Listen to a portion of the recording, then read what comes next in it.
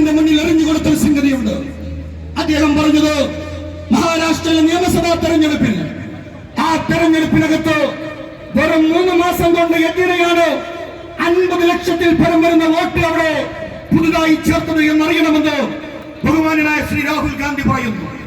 അതിനു മുമ്പുള്ള ലോക്സഭാ തെരഞ്ഞെടുപ്പിൽ ഭൂരിപക്ഷം സീറ്റും ഇന്ത്യ മുന്നണി ജയിച്ച ആ മഹാരാഷ്ട്ര, ആ ലോക്സഭാ തെരഞ്ഞെടുപ്പിൽ അവിടുത്തെ ബിജെപിയെ എൻഡിഎ അവിടെ നിന്നും ഇല്ലാതെയാക്കുന്നൊരു സാഹചര്യമുണ്ടായി. വെറും 3-4 മാസം കഴിയുമ്പോഴേക്ക് എങ്ങനെയാണ് അവിടെ ഒരു ഭരണമാറ്റം, അവിടെ ബിജെപിക്ക് അനുകൂലമായി വോട്ടുണ്ടായത്?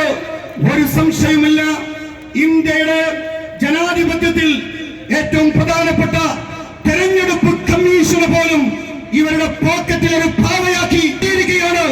അങ്ങനെയാണ് മഹാരാഷ്ട്രയുടെ ഇന്ത്യ മുന്നണിയെ മാറ്റി ഒരു എൻഡിഎ സർക്കാരോട് വന്നത് എന്ന് ഇന്ത്യൻ പാർലമെന്റിൽ ആർജവത്തോടുകൂടി മോദിയുടെ മുഖത്ത് നോക്കി